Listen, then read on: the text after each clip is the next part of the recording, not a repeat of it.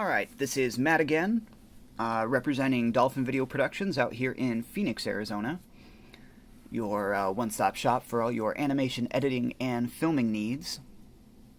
Today we're going to talk about the second part of our last video, which is how to create a 3D spinning logo and how to continue that logo so it faces the right direction at all times. So you always have a readable spinning logo, so it never goes backwards. So I'm working out of Final Cut, but this should work in any video editing programs, even some of the simpler ones. So you're going to drag and drop your spinning logo that we created in our last video and drag and drop it into Final Cut or into your editing program of choice. Once you do that, you're going to drag it into the timeline. Now I have this background added here just because I created this logo with some black text, so obviously it's not going to show up that well on a black background. Anyway, so as you can see, we have our great spinning logo that we created. If you want to learn how to do that, make sure to check out our video on how to create a 3D spinning logo.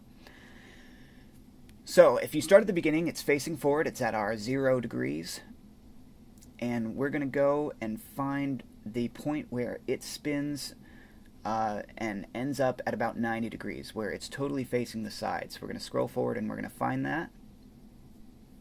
And you're going to want to cut right at that point, right at that angle, right where it's at exactly 90 degrees where you're facing the side. Now, depending on the shape of your logo, this might work better with some over others. As you can see with this logo, we've got this big dolphin on the left side. So the 90 degrees where it's facing us, the 90 degrees where it's facing away from us is going to be very different. But it'll still work, and I'll show you that now. It'll still work because we only have about a 2-second spin here, and when it's spinning that fast, it's going to cover up some of the irregularities there.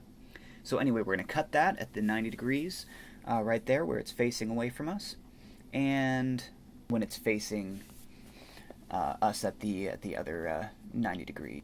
Now our goal here is to take out any point where the logo is facing backwards. Where it's facing backwards, it's harder to read. It doesn't really represent our the logo that we're trying to display here. So we're going to just cut all that out. It's all up to personal preference, but anyway, so we're going to cut that out, and we're going to watch here, and we're going to say, alright, so we want our logo at the 90 degrees to flip and start over right at the other 90 degrees where it spins again and faces forward. We're putting both those 90 degrees together. We're basically cutting out the entire 180 degrees where it spins away from us. And we're acting like that never existed. Now it's really important that you cut it at exactly the right point. You might have to adjust it a little bit after you've cut and just kind of trial and error, make sure that it looks as smooth and as fluid as possible. Definitely not a perfect spin there, so we're going to go back in here and we're going to extend this side a little bit,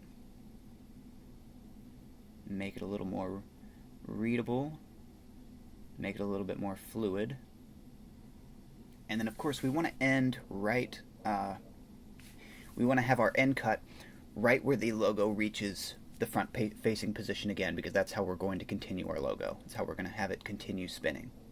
So we're going to go through once again just to make this perfect, and we're going to cut it at our 90 degrees, and then there we go. We got our perfect spin, perfect front facing spin, and you can just copy and paste that as much as you want.